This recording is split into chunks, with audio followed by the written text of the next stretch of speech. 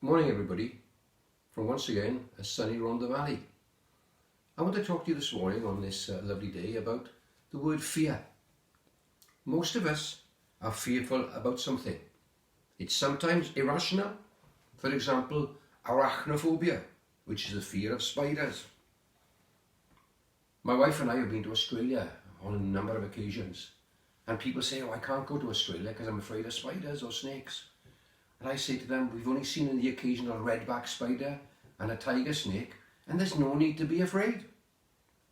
Sometimes we are afraid because of a bad experience. The dark, or flying. My wife used to be afraid of flying. She doesn't love it really, but she's got used to it now because she's been there so many times. Sometimes it's water. My mum wouldn't even have a shower because she hated water going over the top of her head. When we were children, we never went to the sea because my mum and dad didn't like it.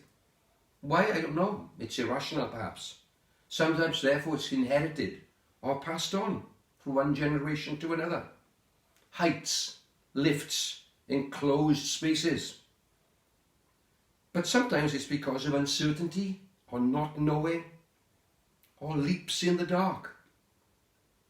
Do you know there's strange things that we're afraid of? Sometimes we're afraid of spiders, as I said. I don't know if you heard of gerascophobia. It's the fear of getting old, and we're all getting there a bit, I suppose. Some people have got globophobia, which is the fear of balloons. Sometimes people have got trypanophobia, which is the fear of needles. So perhaps you've been to the health centre or the doctors or the surgery or something, and you've had a bad experience. Sometimes people are afraid of snakes. It's called ophidophobia. And the list goes on and on and on. But I want to talk to you today about the fear of God. The Bible talks at least 300 times of the fear of the Lord. Now fear isn't irrational here. It's a reverence, a respect for God. And all over the Bible you'll find the phrase, the fear of the Lord. And you know, when you respect or reverence or are obedient to God, it's astonishing what it does. The fear of the Lord, it says, is the beginning of wisdom. So when you fear God, you get wise. The fear of the Lord is the beginning of knowledge, so you'll know things about Him and yourself you didn't know before. It says the fear of the Lord prolongs life, or is the fountain of life. Now isn't that amazing? Instead of being afraid, it prolongs your life. It's the fountain of life. It brings effervescence and joy and a bubble into your life when you have reverence and respect for this wonderful God.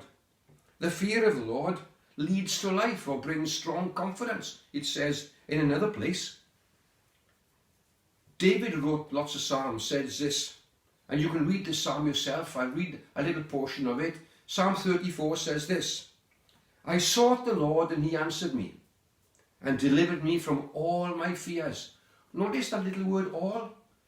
That respect and reverence and honour to God, David discovered, delivered him from all his fears. He says, look to Him and be radiant, so your faces shall never be ashamed. He says, this poor man cried, and the Lord heard him and saved him out of all his troubles. The angel of the Lord encamps around those who fear Him. There it is again. And delivers them.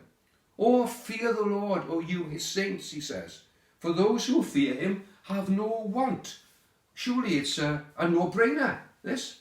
If you fear God, you don't fear anything else.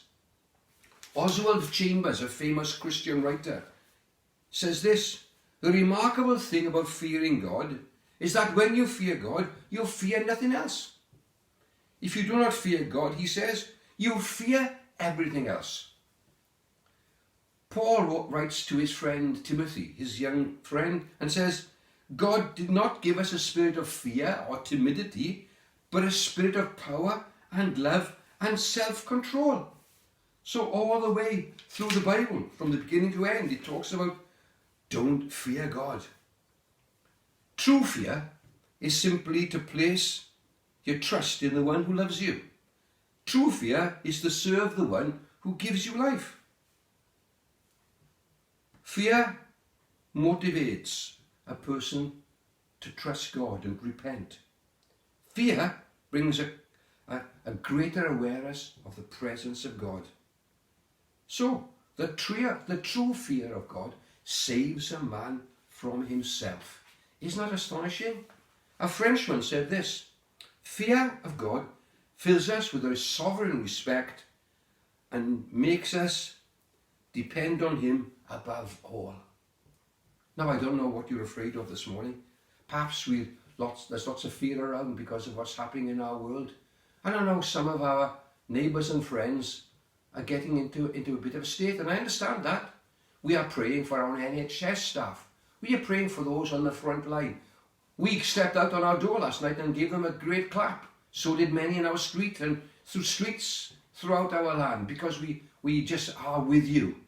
So I am saying to you today, don't be afraid, although you feel like it, and trust in this wonderful God. The fear of the Lord is the fountain of life.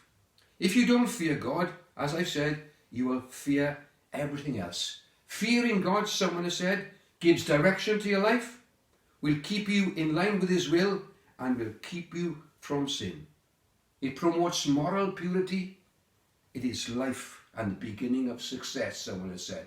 So today, fear the Lord and discover how great he is. Amen. Lord, I just pray that you'll help us all not to be afraid today. Whatever we're stepping out into, whatever we're trying to cope with, whether it's job insecurity, whether it's the fact we're in all the time and we can't even cope with that, whether it's we're going on the front line and we're wondering whether we're going to get the coronavirus. I pray, Lord, you will just fill everyone that's listening to this today, fill them with a sense of your presence and a confidence in you, and they will know that with you they can have the fountain of life. Amen.